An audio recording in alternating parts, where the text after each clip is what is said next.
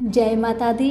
मेरे सभी प्यारे दोस्तों, मैं लक्ष्मी शर्मा बड़ों को चरण स्पर्श, छोटों को प्यार और बराबर वालों को दिल से नमस्कार करती हूँ।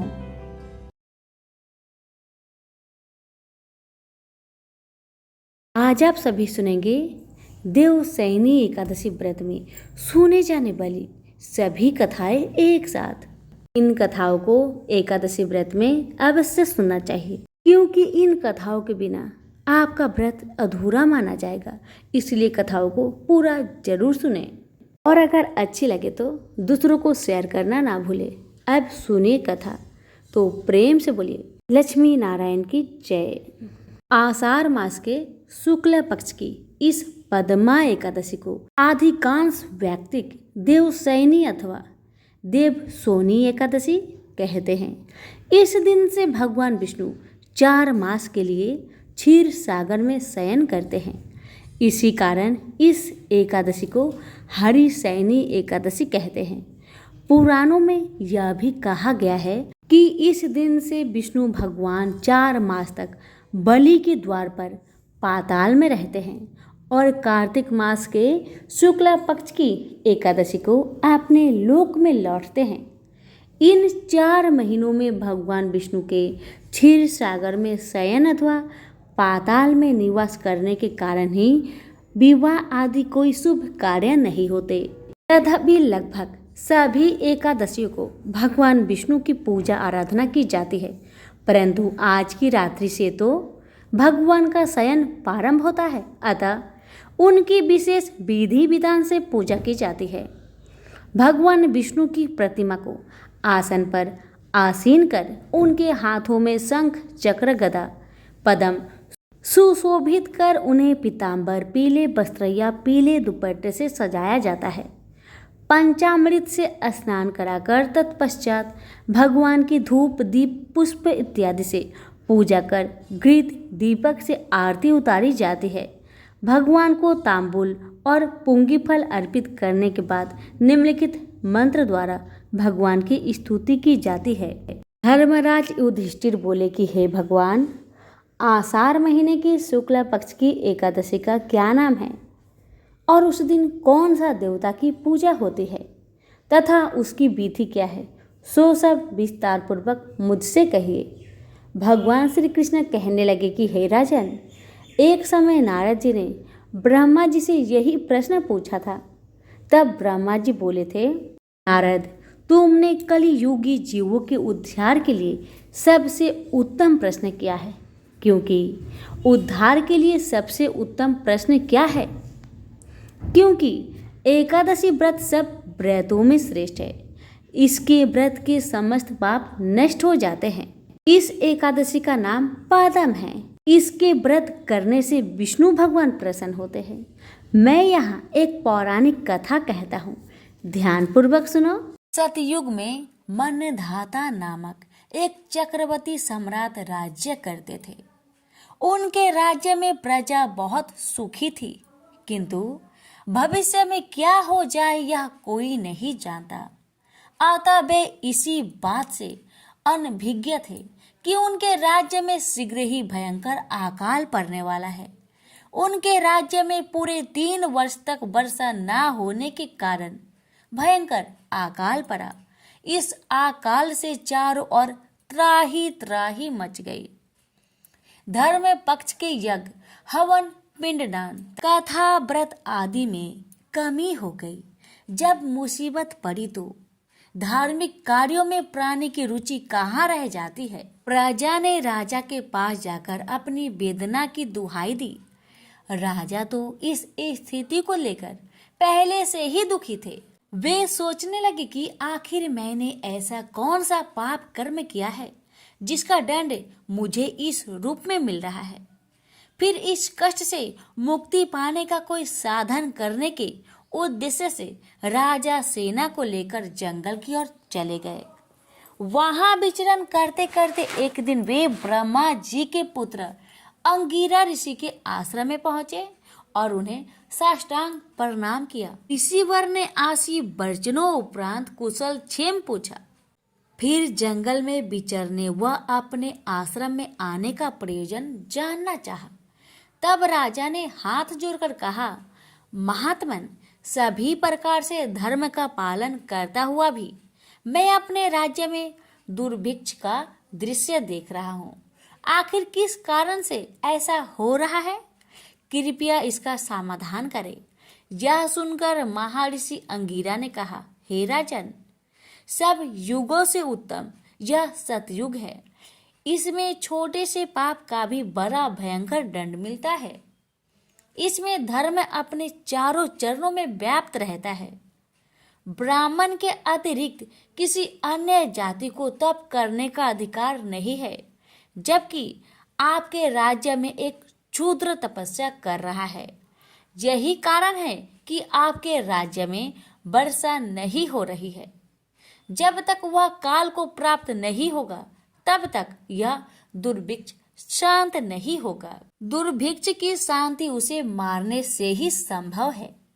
किंतु राजा का हृदय एक नर अपराध क्षुद्र तपस्वी का समन करने को तैयार नहीं हुआ।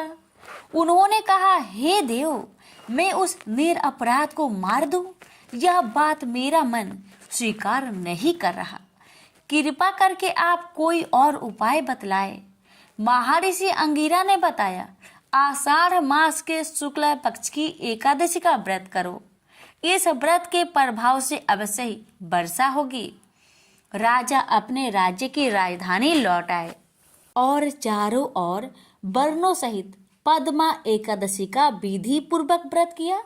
व्रत के प्रभाव से उनके राज्य में मूसलाधार वर्षा हुई और पूरा राज्य धन्य धान्य से परिपूर्ण हो गया।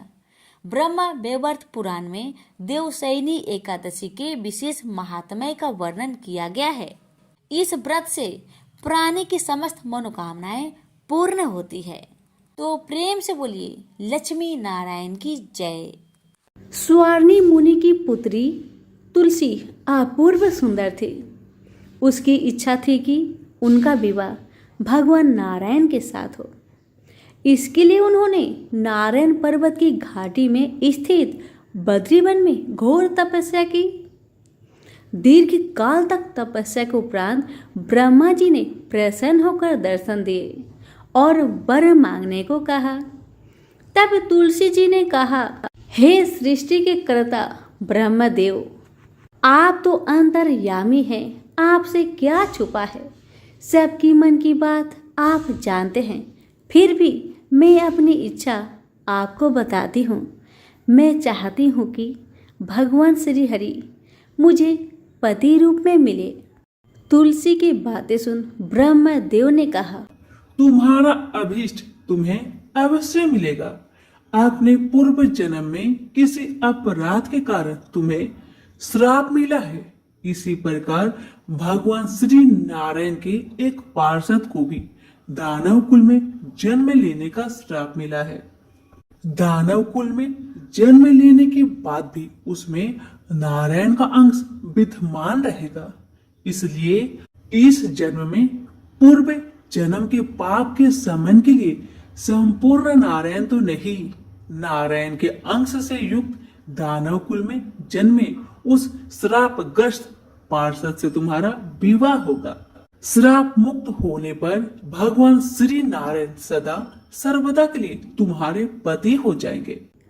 तुलसी ने ब्रह्मा जी के इस वर को स्वीकार किया, क्योंकि मानव कुल में जन्म के कारण उसे मायावी भोग तो भोगना ही था। तुलसी बद्री वन में रहने लगी। नारायण का वह पार्षद दानव कुल में शंखचूड़ के नाम से पैदा हुआ था। कुछ दिनों के बाद वह भ्रमण करता हुआ बद्री वन में आया, जहाँ तुलसी रहा करती थी। वहाँ तुलसी को देखते ही उस पर मुग्ध हो गया। तुलसी के सामने उसने अपने साथ विवाह करने का प्रस्ताव रखा। इतने में ही वहाँ ब्रह्मा जी भी आ गए और उन्होंने तुलसी से कहा, तुलसी, शंखचूड़ को देखो, कैसा देवोपम इसका स्वरूप है। दानव कुल में जन्म लेने के बाद भी लगता है जैसे इसके शरीर में नारायण का वास हो।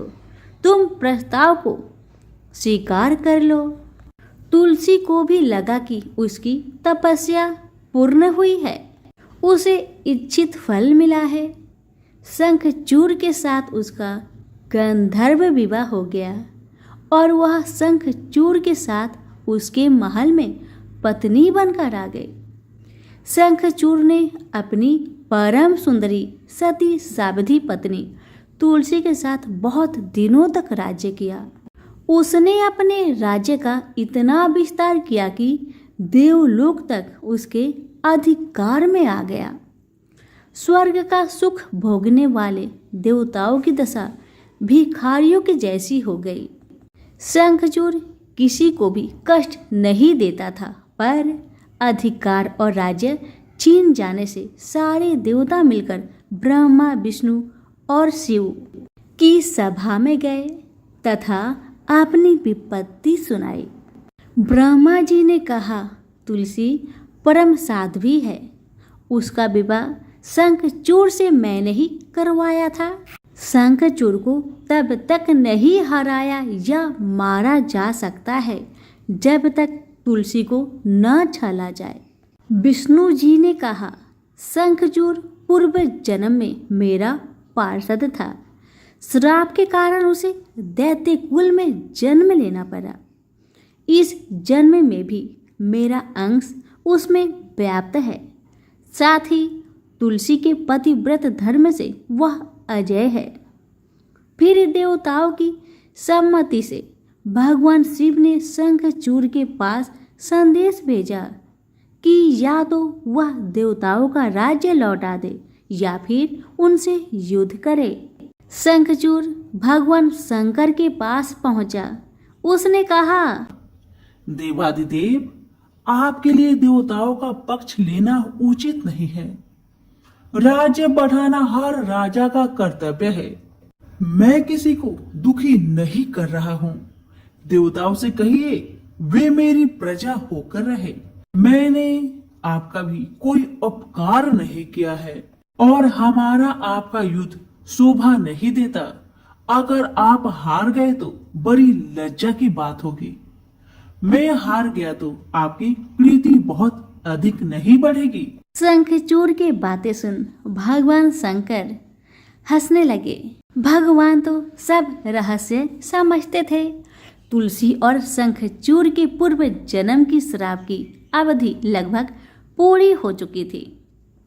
भगवान बोले, इसमें कृति और लज्जा की बात नहीं। तुम देवों के राज्य लौटाकर उन्हें उनके पद पर प्रतिष्ठित होने दो। युद्ध से बचने का यही एक उपाय है। शंखचूड़ ने कहा, मैंने युद्ध के बल से देवलोक जीता है। कोई उसे युद्ध के द्वारा ही वापस ले सकता है। यह मेरा अंतिम उत्तर है। मैं जा रहा हूँ। ऐसा कहकर शंखचूड़ चला गया।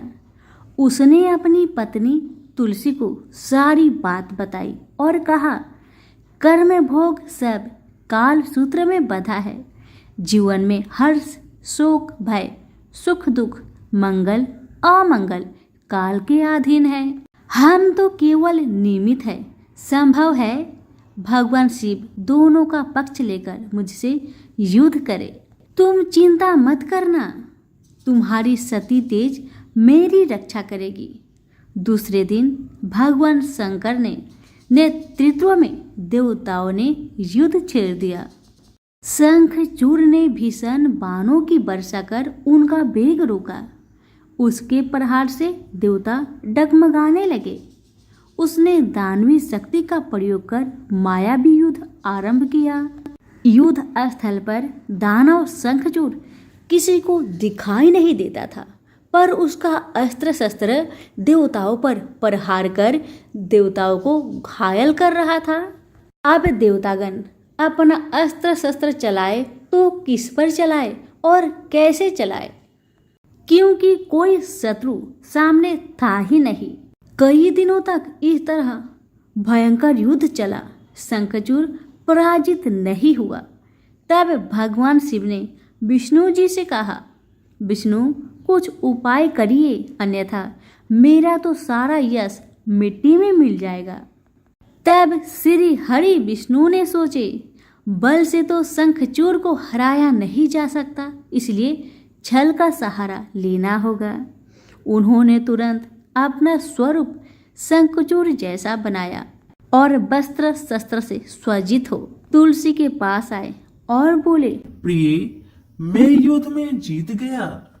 सारे देवता भगवान शंकर समेत हार गए। आओ, इस खुशी में आओ, मैं तुम्हें अंक से लगा लूं। पति को प्रत्यक्ष खरा देख तथा विजय का समाचार सुन वह दौड़कर मायावी शंखचूर के गले से लिपट गई। इस प्रकार पति पत्नी दोनों ने आलिंगन को खूब खुशी मनाई। पर पुरुष के साथ इस प्रकार का व्यवहार से उसका सती तेज नष्ट हो गया। उसका सती तेज जो शंखचूर की कवच के रूप में रक्षा कर रहा था, वह कवच नष्ट हो गया। शंखचूर शक्तिहीन हो गया। यह जानते ही भगवान शंकर ने अपने त्रिशूल से प्रहार किए। त्रिशूल के लगते ही शंखचूर जलकर भस्म हो गया। शंखचूर के मरने को जानकर विष्णु अपने असली स्वरूप में आ गए। सामने अपने पति शंखचूर के स्थान पर भगवान विष्णु को खड़ा देख तुलसी बहुत विस्मित हुई। उसको पता लग गया कि स्वयं नारायण ने उसके साथ छल किया है। क्रोध में आकर उसने श्राप दिया, एक सती स्त्री का अस्तित्व भंग करने के अपराध में तुम हृदयहीन पत्थर हो जाओ। विष्णु ने तुलसी के श्राप को सिरोधार्य कर कहा, देवी, तुम्हारा तथा शंखचूर के कल्याण के लिए मुझे ऐसा करना पड़ा। तुम दोनों को श्राप मुक्त करना था। तुम भी अब शरीर त्याग कर तुलसी बिरुआ के रूप में जन्म लोगी और मेरी पूजा तुलसी दल से होगी। मैं सालग्राम पत्थर बनूंगा। मेरे शीश पर तुम आदर से विराजमान होगी। तुम्हारे पति की हड्डियों के चूर्ण से शंख की उत्पत्ति होगी। उस शंख ध्वनि से देवताओं तथा मेरी पूजा आराधना होगी। जहाँ शंख ध्वनि होगी वहाँ मंगलमय में मैं विराजमान रहूंगा। तुमने पूर्व जन्म में बद्री वन में मुझे पाने के लिए बड़ी तपस्या की थी। अब अगले जन्म में मैं नारायण पर अस्तर के रूप में बद्रीनाथ वन में स्थापित हो जाऊंगा और मेरी पूजा अर्चना फल फूल से न होकर तुम्हारी तुलसी दल से होगी। मेरे शीश पर विराजमान होकर तुम मुझसे भी ऊंचा पद प्राप्त करोगी। प्रेम से बोले, तुलसी माता की जय हो, शालिग्राम जी की जय हो, विष्णु भगवान की जय हो। एक बार एक राज्य में एक राजा रहा करता था। राजा बहुत ही बुद्धिमान और बलशाली था। राजा सदैव अपनी प्रजा का बहुत अच्छे से ध्यान रखता था। प्रजा भी अपने राजा को बहुत पसंद करते थे। राजा की 2 बेटियां थी। राजा अपनी दोनों बेटियों से बहुत प्रेम करता था। राजा की छोटी बेटी देखने में बहुत सुंदर और आकर्षक थी और राजा की बड़ी बेटी छोटी बेटी के मुकाबले थोड़ा कम सुंदर थी। राजा की छोटी बेटी 11 माता का पूजा किया करती थी और सभी लोग राजा की छोटी बेटी से बहुत प्रेम करते थे और बहुत प्रशंसा किया करते थे। राजा भी अपने छोटी बेटी को बड़ी बेटी से अधिक प्रेम करता था, जिस कारण राजा की बड़ी बेटी को अपनी छोटी बहन से बहुत नफरत होने लगा। राजा की दोनों बेटियां जब बड़ी हो गई, तब एक पड़ोस राज्य में रहने वाला राजकुमार राजा की बड़ी बेटी के लिए रिश्ता लेकर आया। लेकिन जैसे ही उस राजकुमार की नजर राजा की छोटी बेटी पर पड़ी, तो वह राजकुमार राजा की छोटी बेटी पर आकर्षक हो गया और उसे पहली नजर में ही उससे प्रेम हो गया। उस राजकुमार ने राजा की बड़ी बेटी के साथ विवाह करने के लिए मना कर दिया और उसने राजा से कहा कि मैं आपकी छोटी बेटी से विवाह करना चाहता हूँ। इसके बाद राजा की बड़ी बेटी यह देखकर अपनी छोटी बहन से बहुत क्रोधित हो गई और राजा की बड़ी बेटी ने अपनी छोटी बहन को अपना सबसे बड़ा दुश्मन मान लिया। राजा की बड़ी बेटी ने अपनी छोटी बहन से बदला लेने का निर्णय लिया, जिसके लिए उसने अपनी छोटी बहन को जान से मारने का प्लान बनाया। राजा की बड़ी बेटी ने अपनी छोटी बहन को मारने के लिए सबसे पहले एक लड्डू में जहर मिलाकर उसने अपनी छोटी बहन को दे दिया और उसको लड्डू खाने के लिए कहा। छोटी बहन ने लड्डू खा भी लिया, लेकिन चमत्कार देखिए, 11 माता की कृपा से छोटी बहन का एक बाल भी बाका ना हुआ। बड़ी बहन यह देखकर बहुत आश्चर्यचकित में पड़ गई, लेकिन बड़ी बहन ने हार नहीं मानी। उसने सोचा अब की बार मेरी बहना बच गई, लेकिन अगली बार नहीं बचेगी। बड़ी बहन ने जब छोटी बहन रात में अपने कमरे में सो रही थी, तब उसने एक मटके में सांप रखकर उसे कमरे में छोड़ दिया। इन 11 माता के चमत्कार से, उनकी कृपा से छोटी बहन को कुछ नहीं हुआ। जब बड़ी बहन ने देखा कि मेरी छोटी बहन सही सलामत है, तो उसने फिर एक चाल चली। उसने अपनी बड़ी बहन को कहा कि चलो कुएं से पानी भर के लाते हैं। अब तो दोनों बहन मिलकर कुएं के पास जाते हैं। बड़ी बहन ने कहा, बहन तुम कुएं के पास चलो, पानी निकालो। जैसे ही बहन कुएं के पास गई, बड़ी बहन ने छोटी बहन को कुएं में ढकेल दिया। लेकिन 11 माता का लीला देखिए, तब भी छोटी बहन को कुछ भी नहीं हुआ। बड़ी बहन बार बार असफल होती रही, क्योंकि 11 माता छोटी बहन की रक्षा कर रही थी। तो बड़ी बहन का हर प्रयास असफल हो रहा था, इसलिए बड़ी बहन बहुत क्रोधित होती जा रही थी। फिर उसने अपनी छोटी बहन के पास जाकर उससे खुद पूछा कि मेरी छोटी बहन, तुमको पता है भगवान ने सबकी मृत्यु एक निश्चित समय पर लिखी हुई है, और कैसे तुम्हारी मृत्यु होगी क्या तुम जानती हो?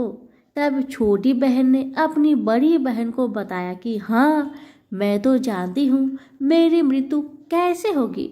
छोटी बहन से यह सुनकर बड़ी बहन मन ही मन बहुत प्रसन्न होने लगी और उसने अपनी छोटी बहन से कहा कि तुम मुझे अपनी मृत्यु की राज बताओ। छोटी बहन तो दिल की बहुत अच्छी थी। उसने अपनी मृत्यु का सारा कारण अपनी बहन को बताना शुरू किया कि मेरी मृत्यु तो एक तोते में है। जो तोते के गले में एक हार है, उससे मेरी मृत्यु होगी। अब तक कोई भी व्यक्ति तोते को मारकर वह हार अपने गले में पहनेगा तो मैं मूर्छित हो जाऊंगी, और जैसे ही उस हार को अपने गले से उतारेगा मैं वापस से जीवित हो जाऊंगी। अपनी छोटी बहन की मृत्यु की राज जानकर बड़ी बहन बहुत ही खुश हो गई और उसने अपनी छोटी बहन को मारने के लिए उसके पालतू तोते को ढूंढना शुरू कर दिया। और छोटी बहन को इस बात का आभास हो गया था कि कोई उसकी जान लेना चाहता है, जिसके लिए वह अपने पिताजी के पास गई और उसने अपने पिताजी से कहा कि पिताजी, मेरी मृत्यु के बाद आप मुझे लाइएगा मत, बल्कि आप मुझे अपनी पुरानी वाली हवेली में एक पलंग में लिटाकर छोड़ दीजिएगा। अपनी छोटी लड़की की यह बात सुनकर राजा बहुत आश्चर्य में पड़ गया। राजा ने अपनी छोटी बेटी से पूछा, बेटी तुम ये क्या कह रही हो? तब राजा की छोटी बेटी ने बताया, पिताजी समय किसी के लिए नहीं रुका है, कब क्या हो जाए किसी को कुछ पता नहीं। और फिर राजा ने अपनी बेटी से कहा कि तुम ऐसी बातें क्यों कर रही हो? 2-3 दिन के बाद तुम्हारा विवाह है। लेकिन छोटी बेटी ने अपने पिताजी को ऐसा करने पर मजबूर कर दिया और उसने वचन ले लिया। राजा ने भी अपनी छोटी बेटी की बात स्वीकार कर ली और 2-3 दिनों के बाद जब शादी का समय आया, तब राजकुमार बारात लेकर राजा के घर आया और राजकुमार और राजा की छोटी बेटी का विवाह शुरू हो गया। जैसे ही राजा की छोटी बेटी राजकुमार के साथ फेरे लेना शुरू करती है तो उसकी बड़ी बहन अपनी छोटी बहन के कमरे में जाकर उसके तोते को पकड़ लेती है और उसको जान से मार देती है। तोते के गले में जो हार था उसको अपने गले में धारण कर लेती है। जैसे ही बड़ी बहन उस हार को अपने गले में धारण करती है तो उधर छोटी बहन 3.5 ही फेरे ले पाती है और वहीं पर बेहोश होकर गिर जाती है। जिसके बाद राजा ने बड़े बड़े वैद्य हकीमों को बुलाया और अपनी छोटी बेटी का इलाज करने के लिए कहा। राजा की बात सुनकर वैद्य ने छोटी बेटी को चेक किया तो राजा को बताया कि आपकी छोटी बेटी ना तो जीवित है और ना ही मरी हुई है। यह मैं पहली बार देख रहा हूँ। राजा ने वैद्य और हकीम को यह बात बाहर बताने से मना कर दिया और उनको कहा कि अगर तुमने यह बात किसी को बाहर बताई तो हम तुम्हें फांसी दे देंगे। राजा ने अपने छोटी बेटी को पुराने महल में जाकर एक पलंग में लिटा दिया जैसे उनकी बेटी ने उनसे कहा था और वहां पर कुछ सैनिक को तैनात कर दिया। वापस अपने महल में आ गए। राजा की बड़ी बेटी अपने पिताजी के पास आई और कहने लगी कि पिताजी, अगर यह शादी संपन्न नहीं हुई तो आपकी इज्जत का क्या होगा। आप कहे तो मैं आपकी इज्जत बचाने के लिए राजकुमार से शादी करने के लिए तैयार हूँ। इसके बाद राजा ने अपनी बड़ी बेटी की बात मान ली और राजा ने बड़ी बेटी को छोटी बेटी की कपड़े पहनाकर मंडप पर भेज दिया। लेकिन राजकुमार यह जान गया कि यह राजा की छोटी बेटी नहीं बल्कि बड़ी बेटी है। लेकिन जब राजकुमार ने शादी करने से मना किया तो सभी लोगों ने राजकुमार को विवश करके राजा की बड़ी बेटी से बचे हुए फेरे को संपन्न करा दिया और विवाह करवा दिया। जिसके बाद राजकुमार राजा की बड़ी बेटी को अपने महल में ले गया। राजकुमार राजा की बड़ी बेटी से ना तो बात करता था, न ही उसको पसंद करता था और ना ही उसके आसपास भटकता था। और राजकुमार ने यह फैसला कर लिया था वह अपनी प्रेमिका को ढूंढ कर ही रहेगा और यह जानकर रहेगा कि उसके साथ क्या हुआ। एक दिन राजकुमार अपने घोड़े पर सवार होकर राजा के पुराने महल के पास पहुंच गया, जहां पर उसने कुछ सैनिकों को देखा। महल के पास पहुंचकर राजकुमार ने जब महल को ध्यान से देखा तो वह समझ गया कि यह तो हमारे ससुर जी का महल है। तब राजकुमार ने सैनिकों से पूछा, तुम लोग यहाँ क्या कर रहे हो और इस महल के अंदर उस पलंग में कौन लेटा है। जिसके बाद सैनिकों ने बताया कि यहाँ पर राजा की छोटी बेटी लेटी है। यह सुनकर राजकुमार बहुत प्रसन्न हो गया और वह तुरंत अपनी प्रेमिका के पास पहुंच गया और उसकी सेवा करने लगा। जैसे ही रात हुई तो राजा की छोटी बेटी उठकर खड़ी हो गई। राजकुमार यह देखकर बहुत खुश हो गया और उसने अपनी प्रेमिका से पूछा कि तुम यहाँ क्या कर रही हो, तुम मेरे साथ मेरे घर चलो। राजा की छोटी बेटी ने राजकुमार को सारी बातें बता दी। मेरी जान एक तोते में बसी थी और मैंने यह बात सिर्फ अपनी बड़ी बहन को बताया था और मुझे पता है कि उसने ही मुझे मारने का प्रयास किया है। उसके पास एक हार है जिसको वह सुबह पहन लेती है और रात को उतार देती है। जब तक वह हार को पहने रहती है तब तक मैं मूर्छित रहती हूँ और जैसे ही वह हार को उतार देती है तो मैं जीवित हो जाती हूँ। और जब तक मेरी बड़ी बहन के पास वह हार है तब तक मैं ऐसे ही जीवित और मूर्छित होती रहूंगी। पर मेरी बड़ी बहन के पास जो हार है वह मेरे हाथ में लग जाए तो मैं हमेशा के लिए जीवित हो जाऊंगी। राजकुमार यह बात सुनकर राजा की छोटी बेटी के पास रहने का निर्णय ले लिया और उसने अपने बचे हुए सारे फेरे उस पलंग में लेटी राजा की छोटी बेटी के साथ ले लिया और अपना विवाह पूर्ण कर लिया और वहीं पर ही रहने लगा। देखते ही देखते कुछ समय में राजा की छोटी बेटी और राजकुमार की पत्नी पेट से हो गई। एक दिन राजकुमार को किसी काम से बाहर जाना पड़ा। तब छोटी बहन के पेट में बहुत तेज दर्द होने लगा। इसके बाद उसने 11 माता का आह्वान किया, जिसके बाद वहां पर 11 माता प्रकट हुई और उन्होंने अपनी भक्तों के दर्द को दूर किया। और एक पुत्र की प्राप्ति करवाई। और वहीं पर अचानक से राजकुमार भी आ गया। राजकुमार ने इग्यारस माता को देखा तो वह आश्चर्यचकित हो गया और उसने तुरंत माता को प्रणाम किया। और इग्यारस माता ने राजकुमार से कहा कि अब तुम्हारा बेटा 5 वर्ष का हो जाए तो तुम अपनी पत्नी का हार लाकर इसके गले में डाल देना। और देखते ही देखते राजकुमार और राजा की छोटी बेटी का पुत्र 5 वर्ष का हो जाता है। तो राजकुमार अपने बेटे से कहता है कि बेटा, मैं कुछ काम से बाहर जा रहा हूँ, तुम अपनी माता का ध्यान रखना। और वहां से चला जाता है। राजा को बाहर निकलता देख बड़ी बहन के सैनिक देख लेते हैं और बड़ी बहन को जाकर सारी बात बता देते हैं। जिसके बाद बड़ी बहन अपनी छोटी बहन के पुत्र को वहां से उठवा लेती है और उसको मरवा देती है। छोटी बेटी के पुत्र के 2 टुकड़े करवा देती है। पहला टुकड़ा चक्की के पास छुपा देती है और दूसरा टुकड़ा अपनी पलंग के नीचे रख देती है। अब इग्यारस माता भिखारी का रूप लेकर आती है। एक भिखारी का रूप रखकर बड़ी बहन के पास चली जाती है, जिसके बाद वहां से भिक्षा मांगने लगती है। बड़ी बहन अपने नौकरों से कहती है कि जाकर भिक्षा दे दो, लेकिन जैसे ही नौकर इग्यारस माता को भिक्षा देने के लिए आते हैं तो माता उन्हें मना कर देती है और कहती है कि मैं तुम्हारी महारानी से ही भिक्षा लूंगी। जिसके बाद बड़ी बहन स्वयं ही भिक्षा देने के लिए माता के पास आती है। तब माता एक बिल्ली का रूप लेकर उसके कमरे में चली जाती है और वहां पर छोटी बेटी के पुत्र के दोनों टुकड़े को वापस में जोड़ देती है और उसे जीवित कर देती है। उसे वहां से ले आती है और राजकुमार को सौंप देती है। राजकुमार अपने बेटे को लेकर अपनी पत्नी यानी कि बड़ी रानी के पास जाता है और कहता है कि तुम इसका ध्यान रखना। अगर तुम इस बच्चे का अच्छे से ध्यान रखोगी तो मैं तुमसे बात करूंगा। एक दिन राजकुमार अपने बच्चे से कहता है कि तुम मम्मी से उनके गले का हार मांग लो। जिसके बाद राजकुमार का लड़का अपनी मम्मी के पास जाता है और कहता है कि मम्मी, मुझे तुम्हारा हार चाहिए जो तुमने गले में पहन रखा है।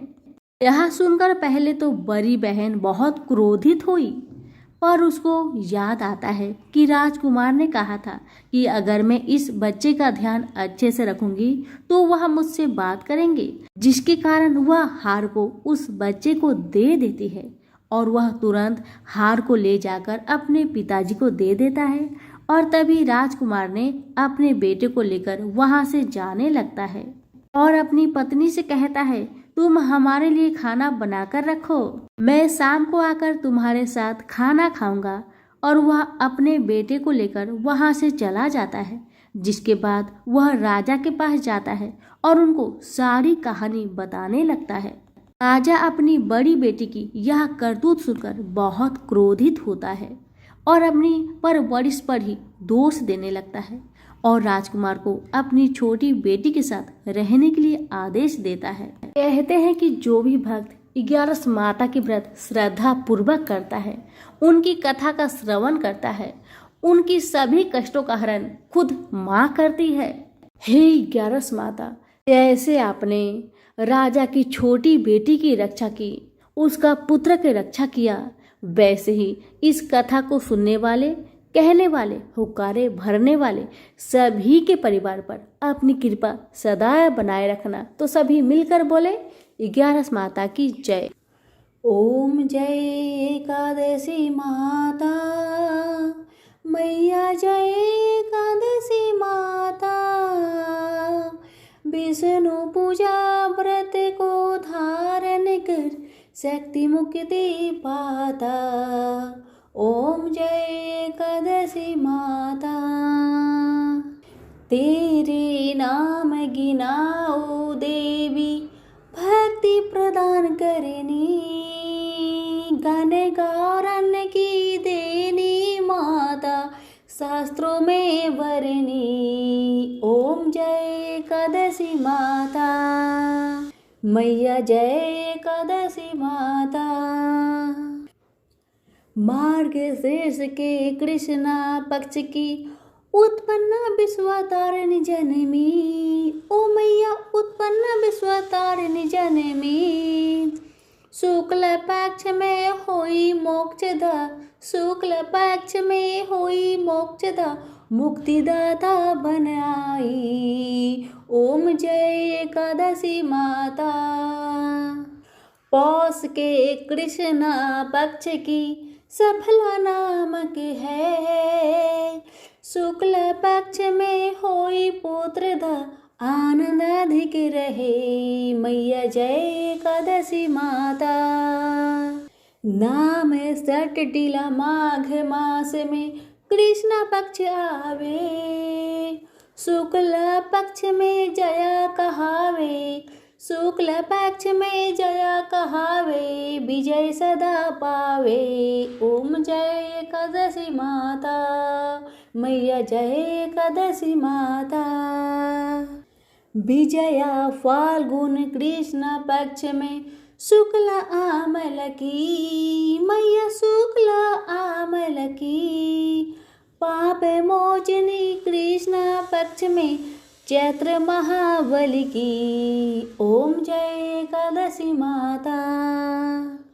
चैत्र शुक्ल में नाम कामदा, धन देने वाली, मैया धन देने वाली। नाम बरूथनी कृष्ण पक्ष में वैशाख महावाली। ओम जय एकादशी माता। शुक्ल पक्ष में होई मोहिनी, अपरा ज्येष्ठ कृष्ण पक्षी। नाम निर्जला सब सुख करनी, नाम निर्जला सब सुख करनी, शुक्ल पक्ष रखी। ओम जय एकादशी माता। योगनी नाम आसार में जानो, कृष्ण पक्ष करनी। ओ मैया कृष्ण पक्ष करनी। देव सैनी नाम कहायो, देव सैनी नाम कहाओ, शुक्ल पक्ष धरनी। ओम जय एकादशी माता। कामिक श्रावण मास में आवे, कृष्ण पक्ष कहिए। श्रावण शुक्ल होए पवित्र, आनंद से रहिए। ओम जय एकादशी माता। अजा भाद्रपद कृष्ण पक्ष की परिवर्तन शुक्ला। इंदिरा आश्विन कृष्ण पक्ष में व्रत से भवसागर निकला। मैया व्रत से भवसागर निकला। ओम जय एकादशी माता। पापंकुशा है शुक्ला पक्ष में, पापंकुशा है शुक्ला पक्ष में, आप हारनहारी। रमा मास कार्तिक में आवे, सुखदायक भारी। मैया सुखदायक भारी। मैया जय एकादशी माता। देवोत्थानी शुक्ला पक्ष की दुख नाशक मैया। ओ मैया दुख नाशक मैया। पावन मास में करो बिनती, पार करो नैया। मैया पार करो नैया। ओम जय एकादशी माता। परमा कृष्ण पक्ष में होती जन मंगल करनी। ओ मैया जन मंगल करनी। शुक्ल मास में होए पद्मिनी, दुख दरिद्र हरनी। ओ मैया दुख दरिद्र हरनी। ओम जय एकादशी माता। जो कोई आरती एकादशी की भक्ति सहित गावे, ओ मैया भक्ति सहित गावे। जन गुरु दिता स्वर्ग का बासा, निश्चय वह पावे। मैया निश्चय वह पावे। ओम जय एकादशी माता। मैया जय एकादशी माता। प्रेम से बोले एकादशी माता की जय हो। विष्णु भगवान की जय हो।